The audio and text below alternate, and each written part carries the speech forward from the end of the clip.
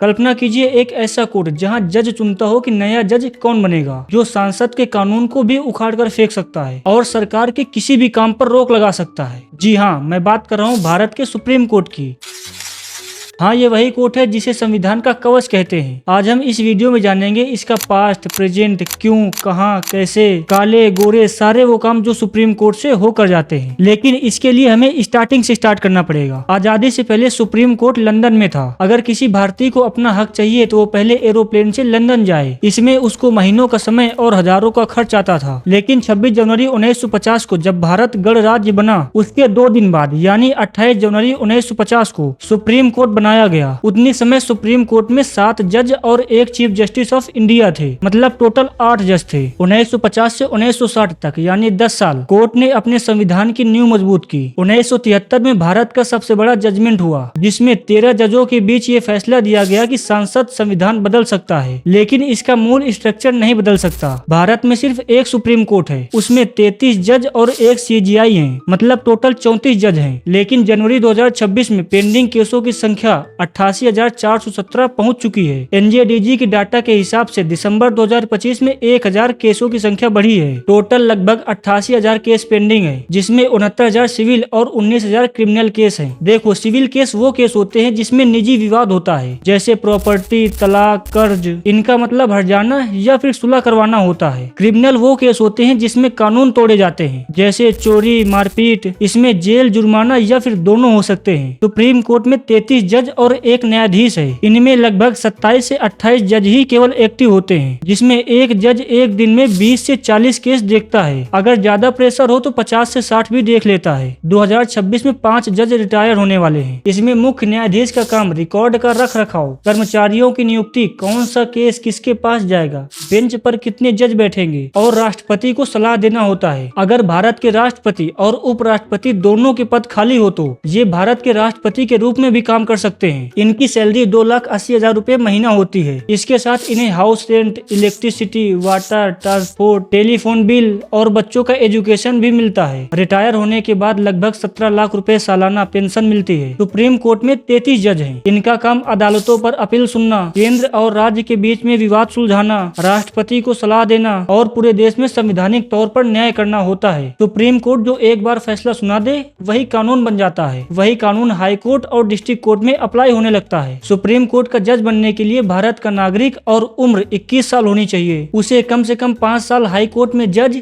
या फिर 10 साल हाई कोर्ट में वकील होना चाहिए। अगर उसमें ये सब कुछ है तो भारत के मुख्य न्यायाधीश और 4 विशिष्ट जज मिलकर उसका इंटरव्यू लेते हैं। अगर वो पास हो जाता है तो CJI मंजूरी लेने के लिए राष्ट्रपति को उसका नाम देते हैं। राष्ट्रपति प्रधानमंत्री से सलाह लेकर उस नाम को मंजूरी दे देते हैं। लेकिन सुप्रीम कोर्ट अपनी जजों की संख्या नहीं बढ़ा सकता। इसका अधिकार केवल सांसद के पास है। जज ही तय करते हैं कि अगला नया जज कौन बनेगा। इसका कई लोग विरोध करते हैं, लेकिन ये राजनीतिक दबाव से बचने के लिए ऐसा किया जाता है। सुप्रीम कोर्ट के जज की वेतन 2.5 लाख रुपए महीना होती है। इसके साथ उन्हें health, electricity, water, telephone bill और बच्चों की शिक्षा भी मिलती है। इन्हें रिटायरमेंट के बाद 15 लाख रुपए सालाना पेंशन मिलती है, जो लगभग 1,25,000 रुपए महीना है, और इन्हें फुल सिक्योरिटी भी दी जाती है। मुझे पता है कि आप लोगों के जहन में एक क्वेश्चन आ रहा होगा कि सुप्रीम कोर्ट के पास ज्यादा पावर होती है या फिर गवर्नमेंट के पास। अगर मैं इसे एक शब्द में बोलूं तो सुप्रीम कोर्ट के पास ज्यादा पावर होती है, क्योंकि गवर्नमेंट का कोई भी काम सुप्रीम कोर्ट रोक सकती है, लेकिन सुप्रीम कोर्ट का काम गवर्नमेंट नहीं रोक सकती। लेकिन सुप्रीम कोर्ट तभी रोक लगा सकती है जब गवर्नमेंट संविधान के खिलाफ काम कर रहा हो। नए कानून बनाने की पावर सांसद के पास है, लेकिन अगर वो कोई ऐसा कानून बनाते हैं जो संविधान के खिलाफ हो तो सुप्रीम कोर्ट उस पर रोक लगा सकती है। सुप्रीम कोर्ट का बजट डिपार्टमेंट ऑफ जस्टिस से आता है। सुप्रीम कोर्ट में 2000 से ज्यादा कर्मचारी काम करते हैं। 2025-26 में सुप्रीम कोर्ट को चलाने के लिए 547 करोड़ रुपए दिए गए थे। इसमें सभी स्टाफ का वेतन,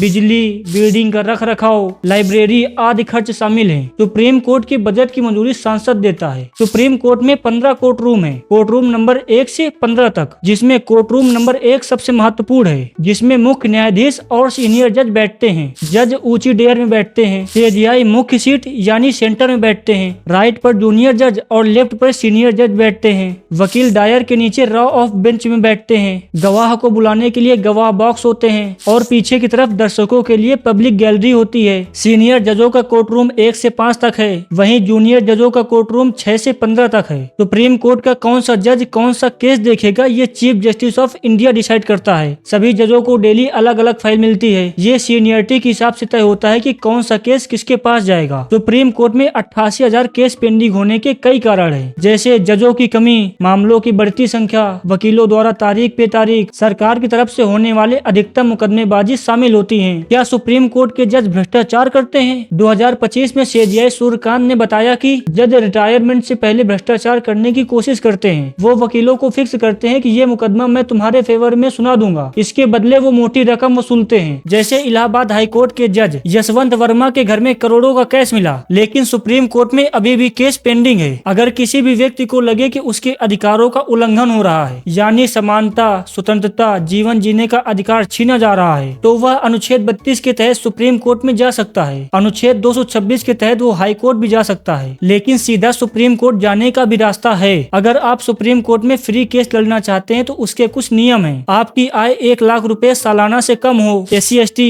महिला, बच्चे, विकलांग, मजदूर के लिए ये फ्री है। अप्लाई करने के 2 तरीके हैं। पहला, इसकी वेबसाइट में जाकर ऑनलाइन फॉर्म भरें। अपने जिला के DLSA या TLSC में जाकर याचिका दे सकते हैं। वहाँ अपनी कंप्लेन, आधार, आय प्रमाण पत्र और पुलिस रिपोर्ट को जमा करना है। नालसा आपको फ्री वकील देगा। नालसा आपका यात्रा, खाना पीने का पूरा खर्च देगा। अगर आपके पास पैसा है तो आपके लिए प्रक्रिया सामान्य होगी। कोर्ट फीस 500 रुपए चार्ज करेगा। वकील 15 से 50,000 रुपए तक चार्ज करेगा।